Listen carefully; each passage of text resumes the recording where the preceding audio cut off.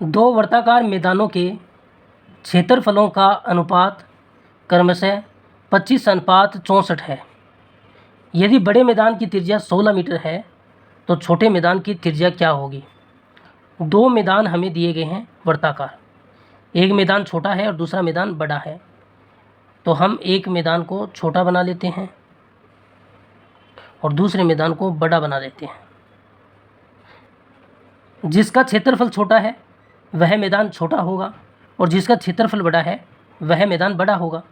तो बड़े मैदान की त्रिज्या हमें ये वाला बड़ा मैदान है, इसका यहाँ पर सेंटर पॉइंट O है और सेंटर पॉइंट O से लेकर वर्त की परिधि तक इसकी त्रिज्या होती है और इस त्रिज्या का मान हमें R का मान हमें 16 मीटर दिया हुआ है।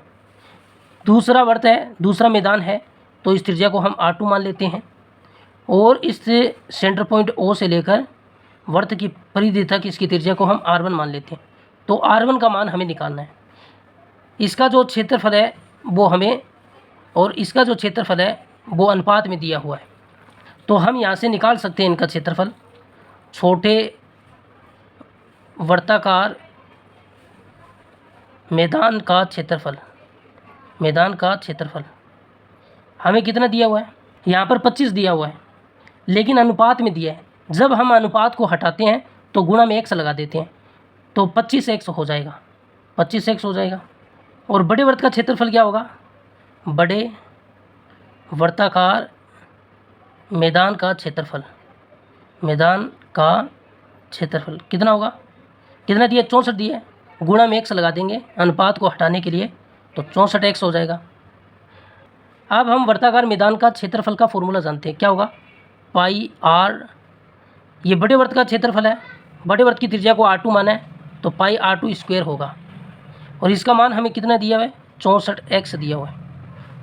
पाई का मान 22/7 रखेंगे, R2 का मान 16 मीटर दिया है, R2 का वर्ग है तो 16 को 2 बार गुणा करेंगे और बराबर में 64x। हमने बड़े वर्त का क्षेत्रफल क्यों लगाया, क्योंकि इसकी त्रिज्या दी गई है। अगर हमें छोटे वर्त की त्रिज्या दी हुई होती तो हम उसके क्षेत्रफल का फॉर्मूला लगाते। यहाँ से हम x का मान निकाल लेंगे।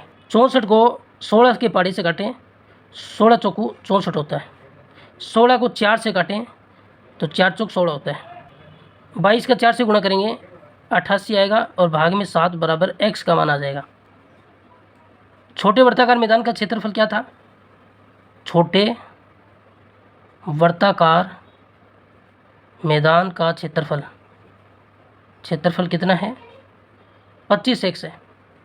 अब हम ये फॉर्मूला लगा सकते हैं क्योंकि हमने x का मान निकाल लिया, तो यहाँ से त्रिज्या का मान आएगा पाई R, इस छोटे वर्त की त्रिज्या R1 है तो R1 का स्क्वायर बराबर 25x।